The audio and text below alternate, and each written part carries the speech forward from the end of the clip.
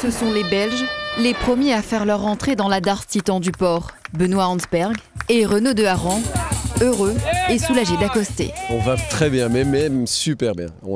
Alors il y a quelques heures, c'était pas le même topo. Mais là, une fois qu'on passe la ligne d'arrivée, que tout ça se cristallise sur une première place, avec un record du monde, avec un mec aussi extraordinaire que Ben Hansberg, ouais, on va bien. Hein, le dernier tronçon entre l'Afrique du Sud et la Réunion, c'était très compliqué, mais c'est un parcours très difficile, semé d'embûches, un labyrinthe, un gros labyrinthe qu'on a réussi à dompter tous les 3 bateaux, puisqu'on arrive en moins d'un quart d'heure tous les 3. Mais avant cela,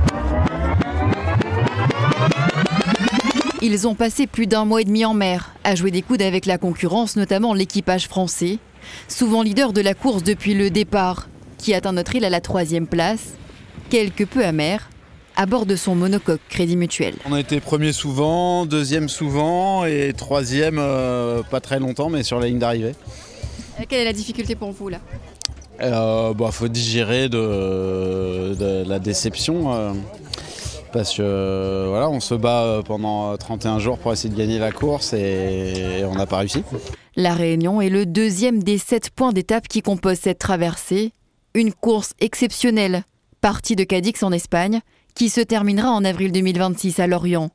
Notre île accueille pour la première fois cet événement international. On est très content d'abord de les accueillir parce que c'est assez rare d'avoir des courses et en plus des bateaux qui arrivent les uns juste derrière les autres ou jusque quelques minutes avant l'arrivée on ne savait pas qui allait gagner, donc ce qui est une première.